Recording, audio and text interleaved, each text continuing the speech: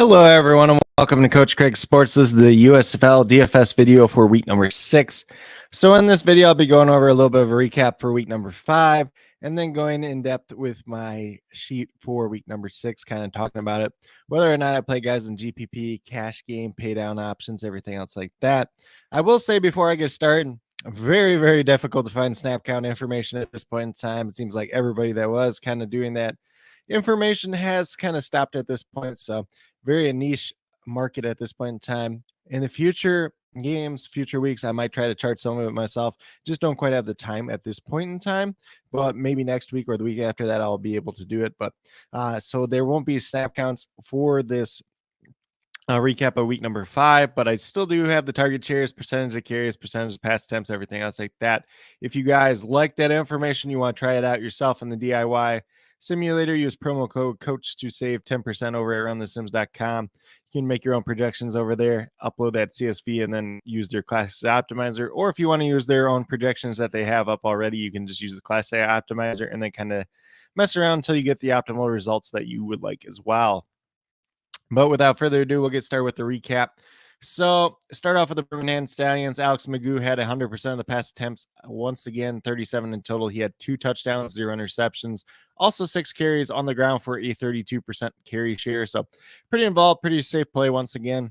At running back, CJ Maribel had 47% of the carries and in total. 4 targets out of the backfield. He did have 1 receiving touchdown as well for an 11% target share. So he's been pretty involved. Zaquandre Wright, only 21% of carries, 4 in total, 2 targets out of the backfield for a 5% target share. So mainly if you're playing a running back out of this backfield, it's probably going to be CJ Maribel once again. We'll have to see when Bo Scarborough comes back. It sounds like he should be back sometime before the end of the season, but we'll have to see how that all factors in by the time he gets there. Then for the wide receivers, Davion Davis and Austin Watkins both had a 19% target share. They both had 7 targets. Probably my 2 favorite guys to target from this wide receiver group. Deion King was inactive for week number 5. He's expected to be inactive for week number 6 again. He has been ruled out with an illness, so hopefully everything's good for him. Obviously, he had that illness last week and this week as well. Then we saw Myron Mitchell come back off the inactive list. He had 5 targets for a 14% target share, so he's a little bit involved if you want to take a shot there. Adrian Hardy played a little bit more, 11% target share, 4 targets in total. Still looks like an interesting pay down option there. Michael Darius was inactive for week number 5 once again. And then Josh Johnson was active but did not receive a single target in week number 4. So, week number 5. So pretty much looking at what we've been looking at, Jay Sternberger had 16% target share, 6 targets. So mainly for attacking this passing game, it's going to be Jay Sternberger. It's going to be Davion Davis. It's going to be Austin Watkins. Maybe if you want to take a shot on Myron Mitchell or Adrian Hardy, you could do that as well. Thaddeus Moss didn't have a single target. LaMichael Petaway had 2 targets and 1 for a touchdown. He had a 5% target share. Moving down to Houston Gamblers, Kenji Bahar was inactive for week number 5. We mainly saw Terry Wilson. Montel Cozart did play a little bit as well, though. We'll see whether or not Bahar is back for week number 5. Unfortunately, since DraftKings is putting the guys that were inactive last week not in the player pool, even if he's back, we will not be able to play him. If he's out, Terry Wilson could be an interesting option. Once again, he had 70% of the pass attempts, 14 in total, 1 passing touchdown, 0 interceptions. 18% of the carries was 6 in total. And then behind him, Montel Cozart. 30% of pass attempts. He had 6 in total, 0 touchdowns, 0 interceptions, and he did have 1 carry on the ground for a 3% carry share as well. At the running back position, we saw TJ Pledger and Mark Thompson both get a handful of snaps. TJ Pledger did get hurt again. He has been placed on IR. He had 32% of the carries, 11 in total, 1 target out of the backfield for a 5% target share. Then Mark Thompson get 47% of the carries, 16 in total. He did have 3 rushing touchdowns, though, and a 0% target share out of the backfield. So moving forward to week number 5, looking forward to a lot of Mark Thompson. Expect him to be a very chalky option. Shamari Jones wasn't active for week number 5. He should be active week 6 with Pledger out of the mix, but not expecting too much from him. Then we had Justin Hall, 32% target share. He had 6 targets in total. So he's kind of been their leading target getter all season. So not too much else to talk about there. Anthony Retief Williams, he had a 21% target share, and he did have a touchdown in back-to-back weeks now. So he could be a kind of interesting contrarian GPP option since he scored in back-to-back weeks, but he only had that 1 reception, which was a long pass. Cheekakism had 3 targets for 16% target share. Dantes Alexander was inactive this most recent week.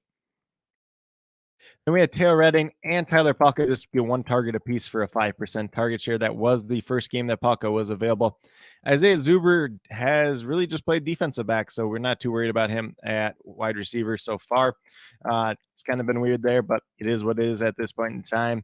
Then we had the tight ends once again. Josh Peterson had 2 targets for 11% target share. Clint Sick had 2 targets for 11% target share, and Brandon Barnes, had no targets. So pretty much when we're looking at Houston, we're looking at a little bit of Justin Hall. If you want to take like a dart throw on Cheekakism or like Anthony Retief Williams at wide receiver, you can do it. Probably a little bit better if Bahar ends up starting, but if it's Terry Wilson once again, probably not going to be the greatest. Probably going to lean more on the run game. So Mark Thompson's going to be that main option for this offense overall. Moving down to the showboats, Cole Kelly had 100% of the pass attempts, 37 total. He had 1 touchdown, 1 interception, had 5 carries on the ground for a 22% carry share.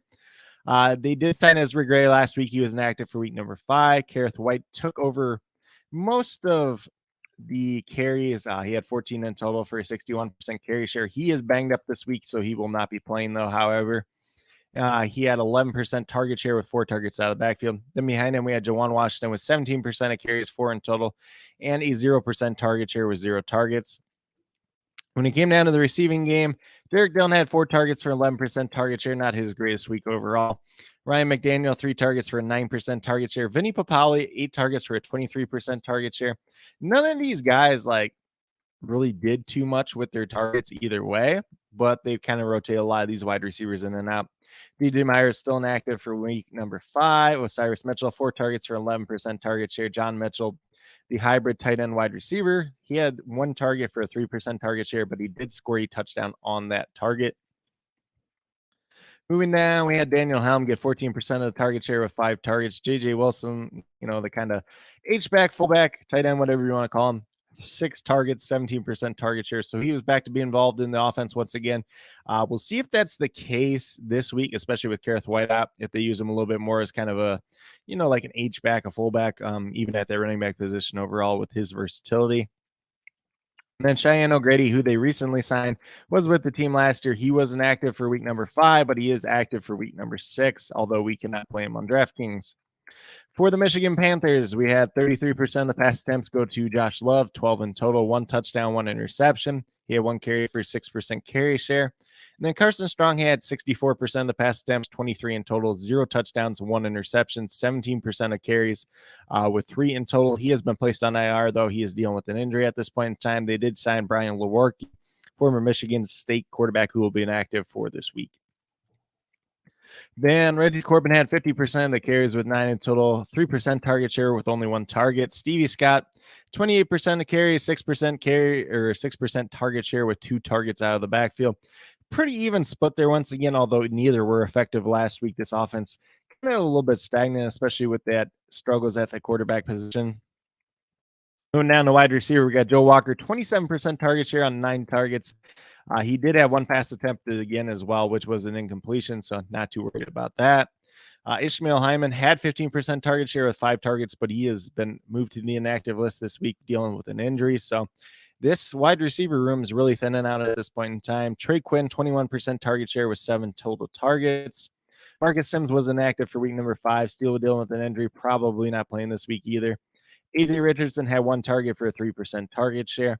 And then Walt Filer was inactive for week number 5. We'll see if they bring him up this week or not. Keaton Davis was brought up to the active list, so he might have to play a role for this team overall in week 6. But really thin wide receiver room at this point in time. So Joe Walker, Trey Quinn going to be pretty strong targets for DFS purposes. Cole Hikutini, he only had 1 target for a 3% target share, but he did score a touchdown. Marcus Bowe, 6 targets, 18% target share. And then we had Josh Babbitt's 3% target share on 1 target. So pretty much at the tight end position, if you want to take a stab on like Marcus Bowe or Hokutini, if you want to, you could do it. Kyle Markaway was inactive for week number 5. Moving down in the New Jersey Generals, DeAndre Johnson and Kyle Lauletta did split snaps in week number 5. Both had 50% of the pass attempts.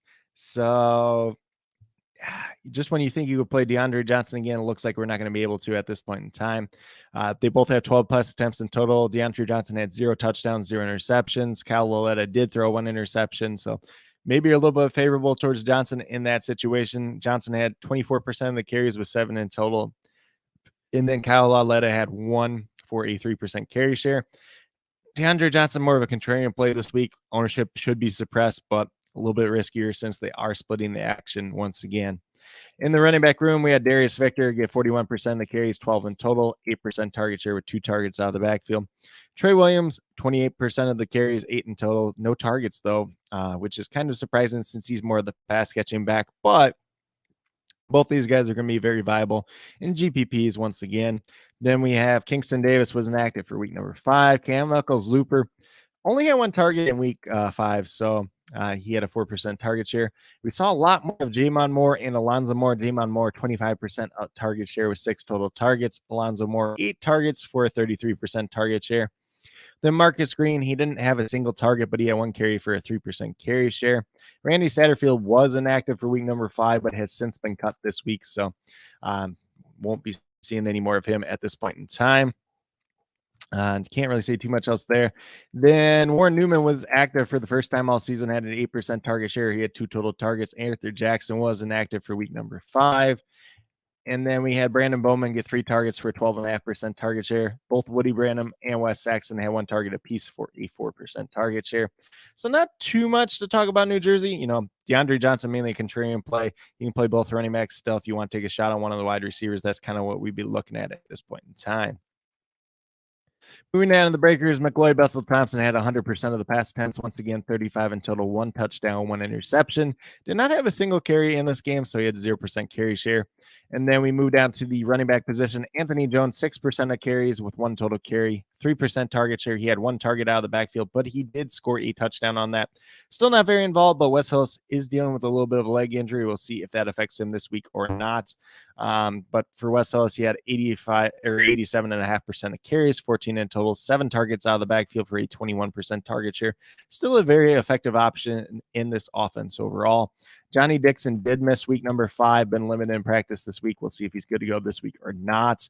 Jonathan Adams, 24% target share in his absence with 8 total targets. Lee Morris saw a 12% target share with 4 targets. D. Anderson also 4 targets on a 12% target share. Eli Stove actually had 3 targets for once for a 9% target share. And then he had 1 carry on the ground for a 6% carry share.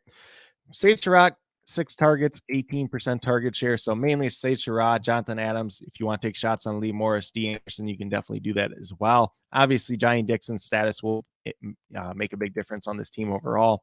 Then at tight end, we had Jared Scott and EJ Bibbs not receive a single target. And Justin Johnson was inactive for once again.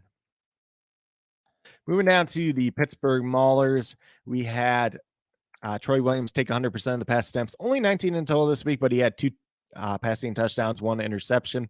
33% of the carries, 10 in total. He did have a rushing touchdown. So Troy Williams is a very, very, strong quarterback option in the USFL at this point in time. He is a dual threat quarterback. He's been pretty efficient so far and has a pretty firm grip on this quarterback job for Pittsburgh, and their offense has actually been a little bit better as of late.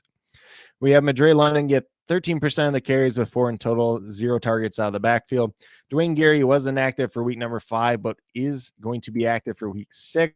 Garrett Groshek, 37% of the carries, 11 in total, 1 target out of the backfield for a 5% target share. Mason Stokey, the fullback, tight end kind of hybrid at this point in time. He had 0 carries, but he did have 3 targets for a 16% target share and 1 touchdown. So he, kind of a low-end dart throw if you really want to go there, but probably not going to pay off more times than not. Bailey Gaither, 26% target share with 5 targets. He had 1 carry on the ground for a 3% carry share. Trey Walker behind him, only 2 targets for 11% target share, but he did have a carry as well for a 3% carry share. And then Isaiah Heaney was kind of the leading guy this past week, 37% target share, 7 targets. He did have 1 touchdown. And then he also had 3 carries on the ground. So he had, 10 opportunities in this game at the wide receiver position. Going to look like a pretty good option moving forward. CJ Turner did not receive a single target. He's going to be inactive for week number 6. Josh Simmons behind him, 1 target for a 5% target share. Hunter Rison was inactive once again. Artavius Lynn was inactive once again. And then Matt Seibert, the other tight end, did not receive a single target in week number 5. So pretty straightforward for Pittsburgh. You want to play some Troy Williams, probably. You can take some shots on some of the wide receivers. Not really trusting the running backs at this point in time, though. Then we're going to keep on moving down for the last team for the recap. That is the Philadelphia Stars. Case Cookus, 100% of pass attempts, 30 in total. He had 0 touchdowns, 0 interceptions, only 125 yards passing too. So not the greatest performance from him. More of a contrarian option at this point in time. 17% of carries with 4 in total. Matthew Colburn behind him at the running back position. 62.5% of carries. He had 15 in total, not super efficient on them though. And then he had 3 targets out of the backfield for a 10% target share. Also important to note that Darnell Holland has began practicing. He is on the inactive list though, but he has been moved from off of injured reserve. So he could be back at some point in time, probably factoring into this running back mix at some point.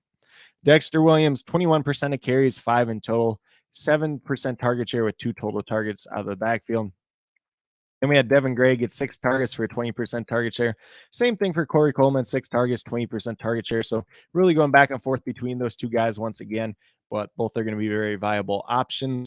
Jordan Sewell had a 13% target share on 4 targets, but he was placed on the injured reserve list this week as well. So it's going to open up more opportunities, especially for this Philadelphia team that likes to use a lot of 3 and 4 wide receiver sets, really spread the ball out and, pass heavy approach. DeAndre Overton had 4 targets for a 13% target share. Samuel Akeem had 2 targets for a 7% target share. He could be more involved this week with, Jordan Sewell being on IR now. Kedrick Whitefall was inactive for week 5 once again. And then Terry Wright, mainly just uses a returner, had 0 targets in week number 5. Pro Wells actually had 3 targets for a 10% target share. He's another guy that could be a little bit sneaky this week as well. With that absence of Jordan Sewell, maybe gets a couple extra snaps there. And then Ryan Izzo had no targets once again. And Lawrence Dalabetta has an active for week number 5. So try to keep that pretty short and sweet for the rundown. Obviously, it sucks that we don't have the snap counts, but moving forward, like I said, I'm going to see if I can start charting some of that myself so that we have a little bit better information, but might not be next week, might be the week after that, but I'll do my best to get some more of that information. Just really difficult at this point in time. A lot of people have stopped kind of the USFL coverage, so it's a little bit harder to give it to you, but I'm going to do my best for you guys as always. A little bit of niche sport at this point in time, but definitely one that we could take advantage of if we can get some additional information. But with that being said, I'm going to close out of the recap screen. We're going to move over to my sheet for week number 6 and kind of talk about where I'm at in terms of GPP options, cash game options, pay downs, everything else like that.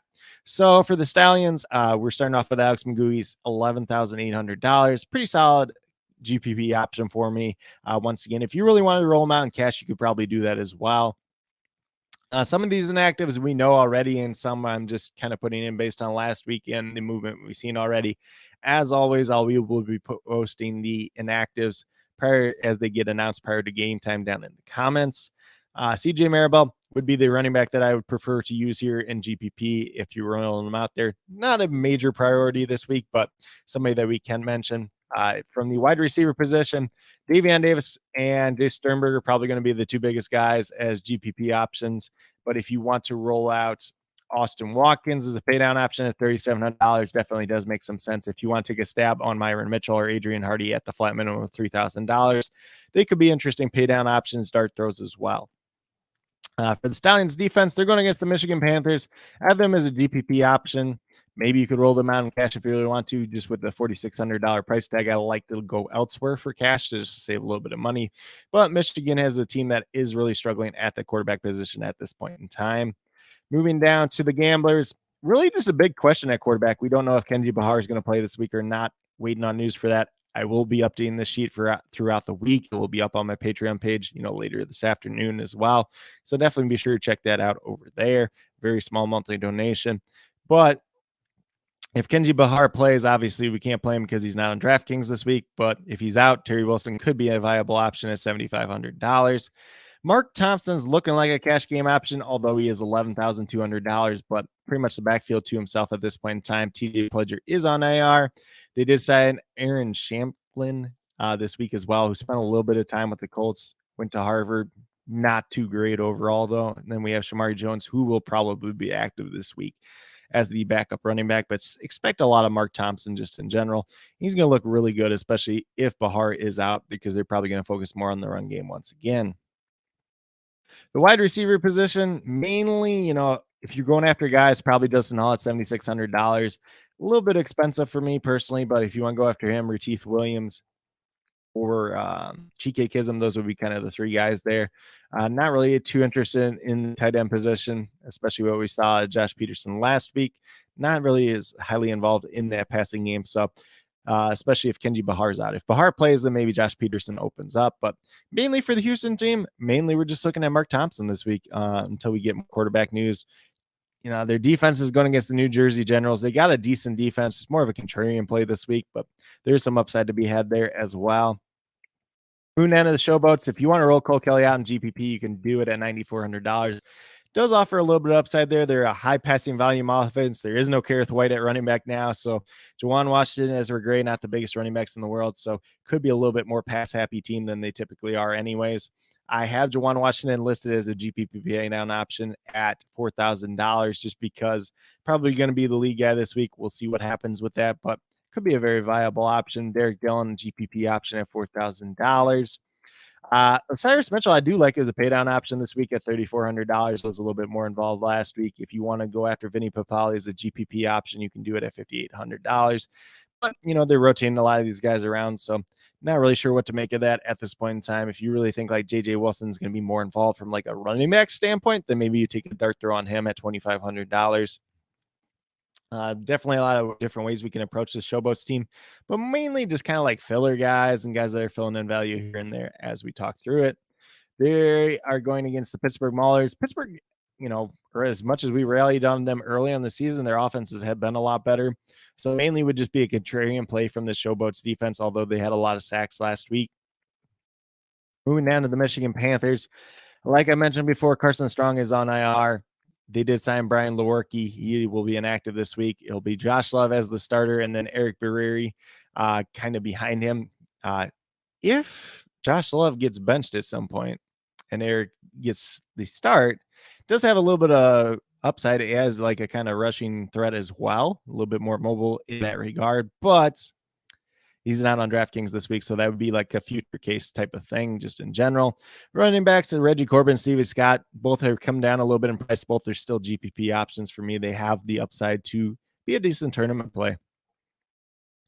So we know Ishmael Hyman is out this week. He's on the inactive list. Marcus Sims probably staying there. Whoop Filer could maybe come back this week, but at this point in time, the wide receiver room, we're looking at Joe Walker as the 1, Trey Quinn is the 2, and then Caden Davis was put up to the active list. They got him. They got AJ Richardson, but it's pretty thin at this point in time. So Joe Walker looking like a decent cash game option at $8,900. As long as they're completing the ball to him, he'll be all right. As long as he's not up in the ball, he's going to be all right. And then Trey Quinn's going to be an interesting GPP pay down option at $3,600 as well. If you really want to take like a dart throw on AJ Richardson, you could probably do it as well. Like I said, if you want to take a dart throw on one of these tight ends, Marcus Bowe or Cole Hikutini, you could probably do that as well.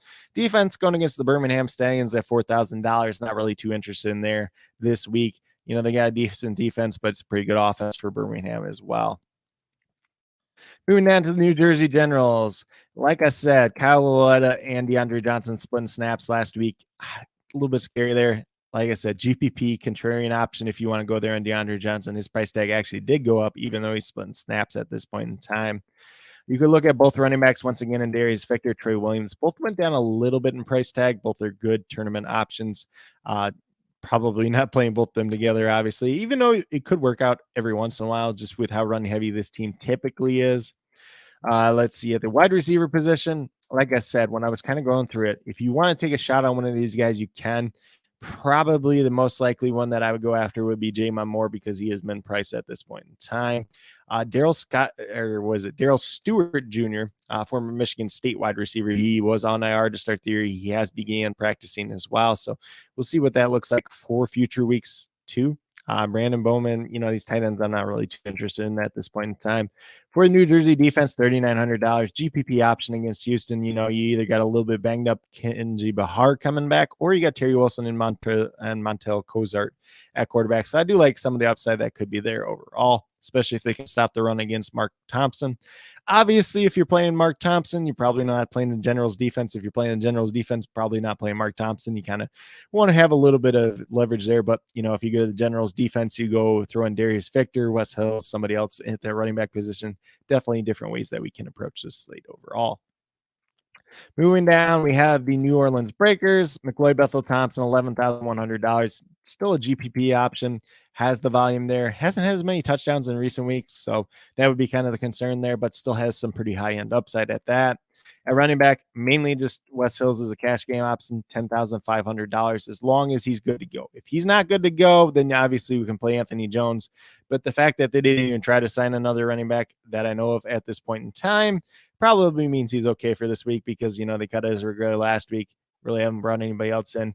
So at that point in time, it's just like, would you only have one running back around if Hills is not going to be able to go? But, he could just be active and be an emergency back if his leg injury is serious, but he's just been a little bit limited in practice at all this week. From the wide receiver position, a lot just comes down to whether or not Johnny Dixon plays or not. If he plays, he's probably one of the chalkiest options at $3,000 because it was announced that he went to the active list last week. Then they put him back over the inactive. So if he plays, $3,000, it's going to be some big time chalk there. It would be a cash game play, GPP pay down option. If he doesn't play, however, we're looking at Jonathan Adams, we're looking at D. Anderson, and Sage Serrata's GPP options. If you want to take a shot on Lee Morris, you can probably do that as well. But definitely some pass game options to attack here, especially if you're stacking with McLeod Bethel Thompson once again. Moving down to the Breakers. A lot of this I kind of talked about in the recap too as well. But when I'm looking at Troy Williams, he at $8,400. A dual threat quarterback that has some pretty decent upside in recent weeks. It's a cash game option for me. Like I said, Dwayne Gary will be active this week. He's not on DraftKings, though. Not really interested in anybody in this running back room, which for DraftKings purposes includes Mason Stokey, who's at $4,000 now because he scored a touchdown. Mainly at the wide receiver position, if you want to take a shot on Trey Walker, Bailey Gaither, Isaiah Heaney, and GPPs, feel free to do so. Heaney's probably my favorite this week, but he'll probably be the most popular since he scored a touchdown last week as well. Not really too much else here to say from the Maulers' perspective. For their defense, going against the Memphis Showboats without a running back, if they can stop the pass for Memphis, I think they're a very good option here. So I like them as my cash game defense for this week at $3,800. Moving down to the Stars, Case Cook is only $10,000, but been kind of rough in recent weeks. Still has that high volume where he could pay off, but more of a contrarian GPP play at this point in time. For whatever reason, they keep rotating the backup quarterback behind him, whether it's Kevin Thompson or Vad Lee. I don't know why they do that, but it's just something they've been doing throughout the season. At running back, if you're going to play one, probably going to be Matt Colburn to me at GPP, just kind of a contrarian option if you want to get there. For the wide receiver position, like I said, Jordan Sewell is on IR at this point in time. Devin Gray and Corey Coleman still going to be the two lead dogs here. Both are very viable GPP options. If you want to roll them out in cash, you could probably play one of them there if you really want to do so. But I think there's better options at this point in time. DeAndre Overton is a pay down option. Makes a lot of sense. Maybe even a cash game filler if you want to go there.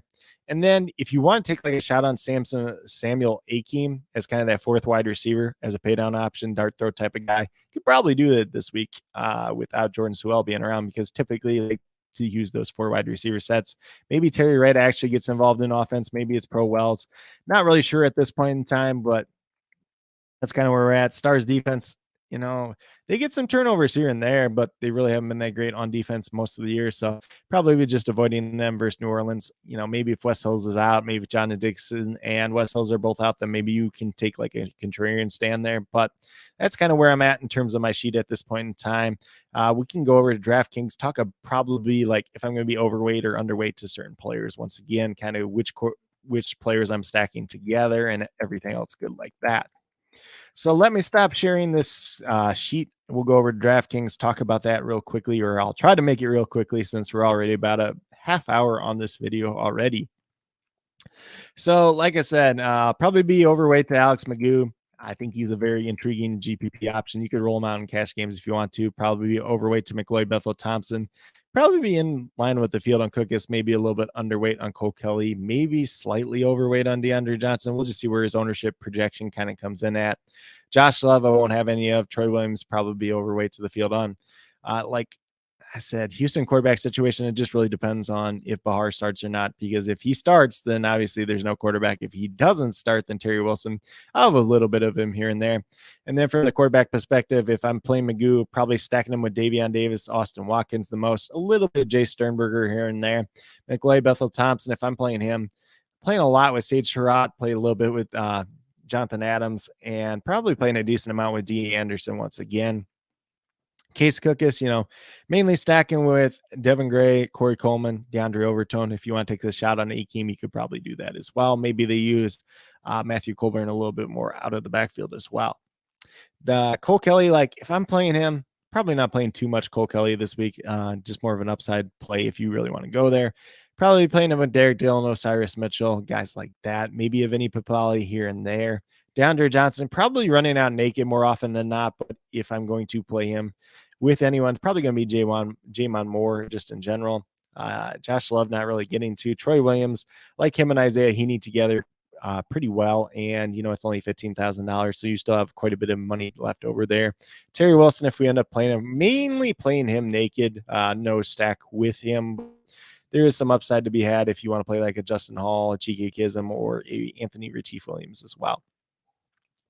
For running back, probably overweight to the field on West Hills, barring injury. Same thing with Mark Thompson.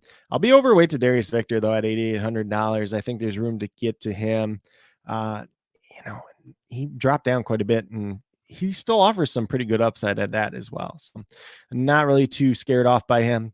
I like taking some shots on Reggie Corbin, CJ Maribel, Matthew Colburn. There's just a lot of guys at this running back position I want to take shots on. So maybe I'll be a little bit underweight to one of these two guys at the top, whether it's Mark Thompson or Wes Hills. We'll just have to see how that all plays out. But I do like getting to some Trey Williams, getting to some Stevie Scott. I do like getting down to Juwan Washington as well as kind of a pay down option. So a lot of different exposure at running back this week. So it'll be a good week to kind of mix and match there. But, the top guys are still going to be the top guys. So I'm probably going to play them in the most lineups that I play, but it might be a little bit underweight to the field overall. Davion Davis probably be in line with the field. Sage Surratt slightly overweight. In line on Corey Coleman. Jonathan Adams really just depends on if Johnny Dixon plays or not. Joe Walker, I'll be overweight to the field on. Devin Gray, I'll be overweight to the field on. Sternberger, probably in line or underweight. Bailey Gaither, probably end up being underweight to. Alonzo Moore, probably be underweight to the field. I'm not getting there too often. Same thing with Cam Eccles-Looper. Probably in line with the field on Trey Walker. Justin Hall, probably in line with the field. Isaiah Heaney, I'll be overweight to the field on, unless his ownership is super high because he scored that touchdown last week. Retief Williams in line or underweight to the field on. Same thing with Vinny Papali. I'm just going to highlight the guys I'm mainly getting to here. So D. Anderson, I'll be overweight to the field on, especially if Donnie Dixon's out once again. DeAndre Overton, I'll be overweight to the field on. Lee Morris, maybe a shot here and there. Derek Dillon, probably a shot here or there. Austin Watkins, probably overweight to the field on. Trey Quinn, I'll be overweight to the field on. I like him and Joe Walker a lot because they're the only two real wide receivers left for Michigan Panthers at this point in time. Osiris Mitchell, I'll take a couple shots on here and there. Maybe a Cheeky Kism shot here and there. Let's see where else we got. Myron Mitchell, Adrian Hardy, if you want to take a shot on one of them. Me personally, I'd take more shots on Hardy, but that's just kind of me. Samson Akeem, I might get a shot here and there on. Not too much else here. Jamon Moore is kind of another guy that we mentioned here. JJ Wilson, maybe here and there if I really want to get cute with it and save some money and pay up, maybe for Mark Thompson and Wes Hills in a lineup together. That's one way to do it. But should be a pretty interesting week. Let's see. In terms of defense, getting a decent amount of breakers, getting a decent amount of stallions, probably underweight to the Houston Gamblers, probably underweight to the Michigan Panthers, maybe a little bit overweight on the Generals at this point, overweight on the Maulers, underweight on Showboats and Stars at this point in time. That's kind of where I'm at just in general for a quick little overview of that. I think there's a lot of different ways that we can build cash game lineups. A lot of it's just going to depend on who ends up playing. because like if we're building a cash game lineup right now, I think Troy Williams is probably be the quarterback. You're playing one or two of those running backs in Mark Thompson and Wes Hills. So we'll just say Thompson for now. If you want to see if we can squeeze Wes Hills, then we can do it as well. If Johnny Dixon plays at $3,000, that looks pretty good for our cash game lineup. And then I like the Maulers defense for cash game as well. Let's just say we throw Joe Walker in here at wide receiver because I think he makes a lot of sense getting a lot of targets and kind of being that last receiver left. If you did something like this, you'd have $3,200 left. So that's kind of where it gets a little bit tighter. If you do like, let's just say an Isaiah Heaney instead of Joe Walker at this point in time, then we'd have $5,500 left. And you can kind of go from there. Just different ways that we attack it, whether or not you want to play both those running backs or not this week is probably going to be the big question for like cash game settings. And even in GPPs, like picking which high-end running back you want to play for. Obviously, a lot's going to depend on West Hill's leg status or leg injury status, I should say. But with that being said, that's kind of what I got at this point in time for USFL DFS for week number 6. Going over the recap of week 5. Unfortunately, we didn't have those snap counts, but going forward, I'll try to do some of that myself, kind of charting some of that stuff. Obviously, it's a big time crunch to do that, but definitely worth it if we can gain some type of advantage off that and make a little extra money. But at the same time, hopefully you guys learned a little bit of something in this video. If you guys got any questions at all, feel free to leave them down in the comments. Reach out to me on Twitter at Coach Craig Sport, and I'd be more than happy to help you. But with that being said, that's really all I have for today's video, for today's live stream. Hopefully you all enjoyed. And with that being said, if you are brand new to my channel, checking out for the very first time, be sure to subscribe. Definitely helps to build the community that we're trying to build here at Coach Craig Sports, which is one that's truly for you, the viewers, helping you with your DFS, primarily MLB DFS as well as USFL DFS at this point in time. If you're interested in MLB DFS as well, I got a video up on the channel earlier today for that. If you're watching this early Saturday morning before the game start for USFL, just do the MLB Monday through Friday. So definitely be sure to check out that content if that's something you're into as well. Check out any NFL draft video interviews on the channel as well. We'll be doing a little bit of Dynasty Fantasy Football content coming up here in the near future too. So if that's something you're interested in, be sure to check that out. But with that being said, that's all I have for today's video. Definitely appreciate everyone that did tune in, whether you're watching live or on replay. Definitely means a lot to me, and I hope that each and every one of you have a great rest of your day.